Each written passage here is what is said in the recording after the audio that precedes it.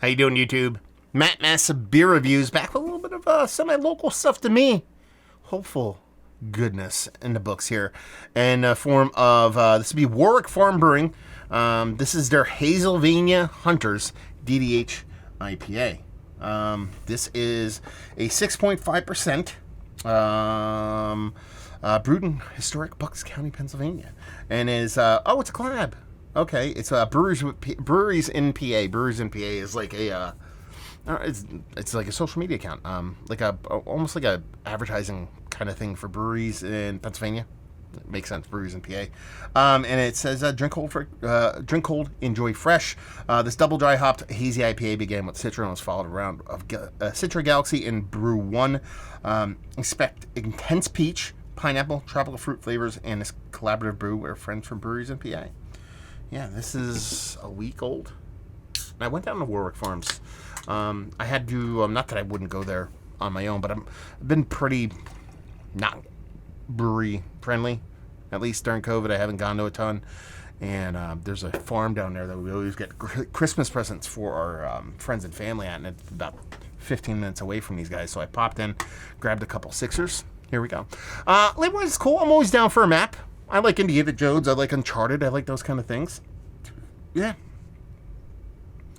Yeah, they got weird things on here. Citrus Pass and Hazy Valley, and it says Dallas sucks. Okay, fair enough. That's funny because Dallas does suck because Pennsylvania, they hate Dallas Cowboys, but the flag is actually where Dallas, PA is. So people from Dallas, PA are going to get hot over that one. Yeah. So it's not too shabby. Beer-wise, I mean, it looks all the part of a nice low ABV hazy. You're talking about 6.5%. It's not a huge beer by any stretch of imagination, which I kind of dig. You know, everybody does collabs. Usually it's like shock and awe is the kind of name of the game when it comes to a lot of collabs, brewery, especially in the IPA game. And 6.5% is kind of like my nice kind of wheelhouse when it comes to IPAs. And it's got a nice pinky finger, off-white, kind of tight, compact head with a little bit of soapy edges, a little bit of kind of soft cataract edges to this, and just that kind of soft orange core. It definitely looks the part of a new school hazy. Let's get a nose. That smells quite nice. I smell the peach component they're talking about. It comes off very much like peach fleshiness. It's not peach ringy. It's not synthetic, but it has a little extra sweetness to it. There's definitely a citric characteristic to it. It leans more kind of soft OJ vibes and a little bit of grapefruit vibes that they called out in the label. There's something in there with this green. There's a green in there, and I don't know where it's going to lean. It comes off like grassy, weedy green. Unkept lawn kind of green, but I think it smells pretty nice, pretty impactful for a 6.5% hazy. Let's dive in. Cheers.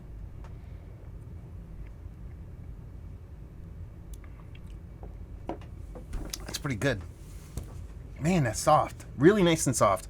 Mouthfeel on this is epically fantastic. This is that water nerdy level of mouthfeel I dig quite a bit.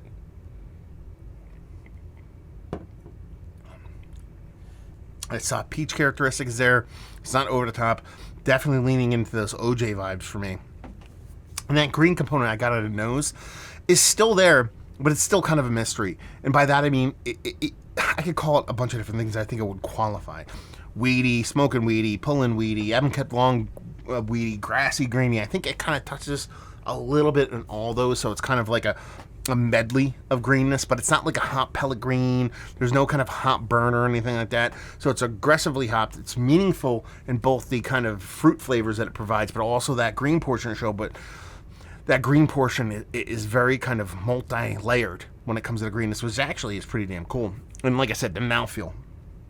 The mouthfeel is fucking fantastic. I mean, this is where I want my 6.5%. This is where I want all my hazes to kind of land when it comes to mouthfeel, but especially those 6.5% jammers when they're nice and soft like this and they're purposeful in the fruit end and they give you a little bit of green, but nothing gets out of control. And even though it's technically a sharp beer because it's extra hopped and that green does add a sharpness to it, there's a little bit of roundness to everything else about it. That's pretty fun stuff. That's really good, actually. I like this quite a bit, man. Very good. I was talking to the owner and brewer, one of the owners, co-owner and brewer, via Instagram before I went down there. I usually don't talk to owners and brewers and stuff like that, especially if I'm going to go to a brewery. Just because, I don't know, I feel weird about that shit. And I just texted them because they, like, everything they had on their website was like pre-purchase beer here, pre-purchase beer here. So I was like, do I have to pre-buy all the beer and stuff like that? So I just sent a quick message on Instagram. We got chatting back and forth. He's like, hey, man, fucking dig the reviews and all that stuff. And he's like, we're going to hook up, but he ended up being busy. He wanted to give me a bunch of beer, and I kind of feel weird about that right now. So I just bought beer and bounced because, I'd rather give money to breweries right now than get freebies. I'll still take them. I'm not a fucking idiot, but you know what I'm talking about. Especially small breweries that kind of started during the pandemic. It seems like a really cool dude, and it seems like the spot they're going to be kind of brewing beer in and kind of having their tap room in is going to be pretty fucking awesome. It's a beautiful area down there where they're located. It's Upper Black Eddy-ish kind of area of Bucks County, if you guys know where that is. And the spot seemed really cool. And I had one other beer from them that I reviewed. Actually, I grabbed a couple beers. I reviewed one other beer, and I dug it quite a bit. But it was a bit more of a traditional style beer. It wasn't it was a black lager, and it wasn't a hazy. And the hazy game, well, everybody does it. Not a lot of people do it well. They don't. Man, getting the burps. And this is a nice surprise, man, because this is the first real hazy beer I've had from these guys, and to go into something like this and have it be relatively low ABV and have it be expressive with a cool kind of greenness and that fruity characteristic, but really with that chef's kiss on there of that really uber soft mouthfeel is very, very, very fun stuff. So yeah, let's talk about this. Is this one of the better IPAs I've had as of late? Yes, it is. Is it Mount Rushmore status? Ooh. That's a tough nut to crack there. It's worthy of being there. Let's put it that way. A lot of times, sometimes it's easy to throw these beers on our Mount Rushmore. And for those that don't keep score at home, my Mount Rushmore is basically, one of the 4 best in its style that I've had as of late. Not of all time, but as of late, past several months. And there's some beers I have where, last time I had XYZ beer was a year ago, so it defaults onto that mountain. Hazy IPA is quite a popular style, so while this is worthy of being on that mountain, it's probably just outside of that, just because I have so many of them, and there might be a couple that just tickle my fancy just a little bit better. Value availability, I forget what I paid for it. I want to say like $16 to $18. It's pandemic time, small brewery, whatever. And leave you with, if you like what, brewery only, I believe. And leave you with, if you like what we like this, if you really, really well done hazies. But you dig on the lower ABV stuff, and I can't stress it enough. I mean, you guys know me. If you watch my reviews, I hang my hat on lower ABV stuff. I love barley wine. I love big stouts. I love double IPAs. But sometimes I want to have a couple beers, not just one beer. And so that's where the lower ABV kind of loyalties lie, at least with me. And this kind of has that level of impact. It drinks at its ABV level, if not bigger, and gives me everything I want in there. And the mouthfeel is just fantastic. So I feel like really good haze. This is kind of it. So there you go. Another review in the books. Hopefully you guys enjoyed it. Down there if you want to talk about it. Massive Beers if you want to check me out doing the social media stuff.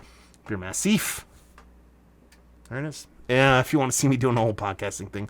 I barely do it anymore because of COVID. But there's still a bunch of old content from everybody you could possibly imagine on there.